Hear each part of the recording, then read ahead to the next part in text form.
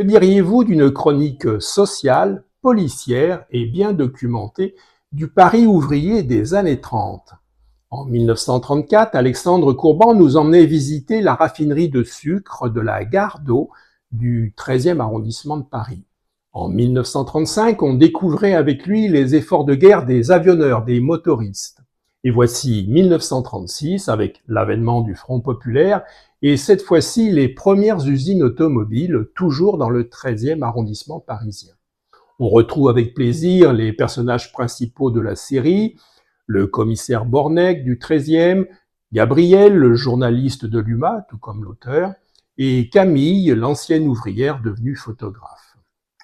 Ce troisième épisode, cette troisième année, débute au printemps 36, au lendemain des élections qui ont porté au pouvoir la coalition des partis de gauche. Le peuple attend désormais la nomination par Léon Blum du premier gouvernement du Front populaire, tandis que des grèves à répétition accentuent la pression sur le patronat. Bientôt, l'enquête policière démarre avec un crime commis dans l'une des usines automobiles en grève. Un homme est tombé du toit.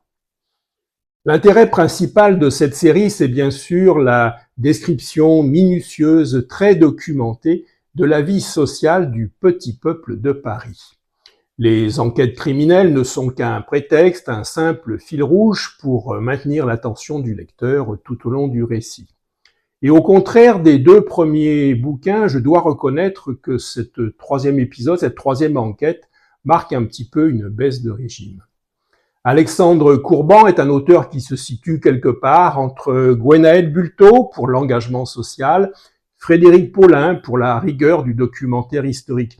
Ce sont des auteurs qui s'attachent à reconstituer, à ressusciter pour nous des moments de notre histoire récente, pas toujours bien connus. Ne manquez pas de lire la chronique complète et le bouquin, bien entendu, et je vous dis bon voyage dans le Paris ouvrier des années 30.